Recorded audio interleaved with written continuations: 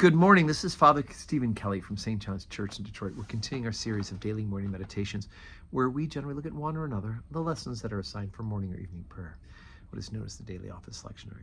Today for Friday, I want to take a look again at that lesson from the second book of Kings. Now, we've talked about in the last couple of weeks when we've dug into that Old Testament lesson, it's been bad news.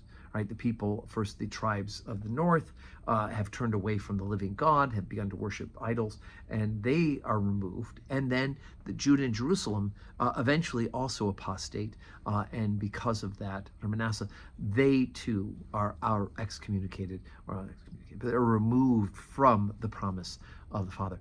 So we're going to move forward a couple of chapters because it doesn't stay bad. Remember, I said God will continue to be faithful, and the people of the Jews will eventually figure out the covenant. It's been so bad that they have forgotten the covenant. They've forgotten the words of Scripture. They've just kind of muddled through it. And so now if we get up to the second book of Kings, beginning at verse 23, we see a turnaround. Chapter 23, beginning at verse 1.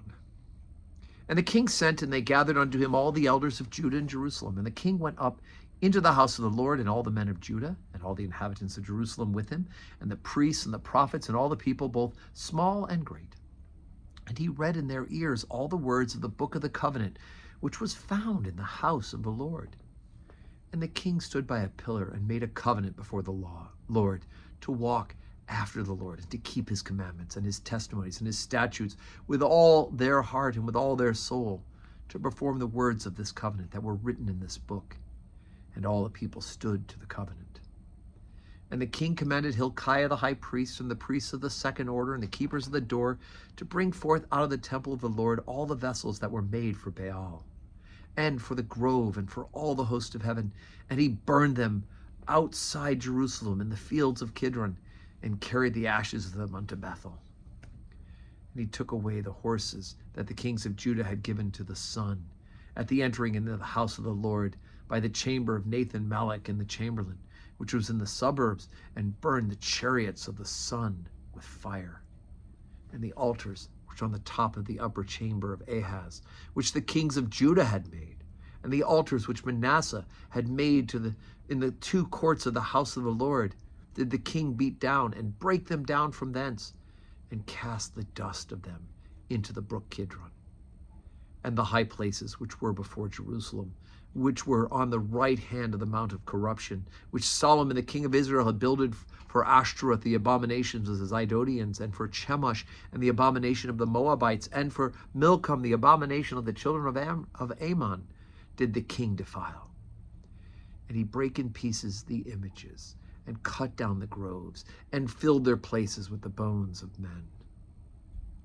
And the king commanded all the people, saying, Keep the Passover unto the Lord your God, as it is written in the book of this covenant.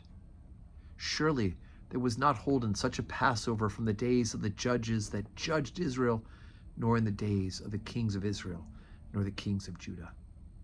In the 18th year of King Josiah, wherein this Passover was holden to the Lord in Jerusalem. Okay, so it seems like things are starting to turn around. You can read ahead in the book. It's not all going to be rosy, right? But again, there is a sense that we found the covenant. We realize they've gone so far removed from it that they hadn't even realized what the law really entailed.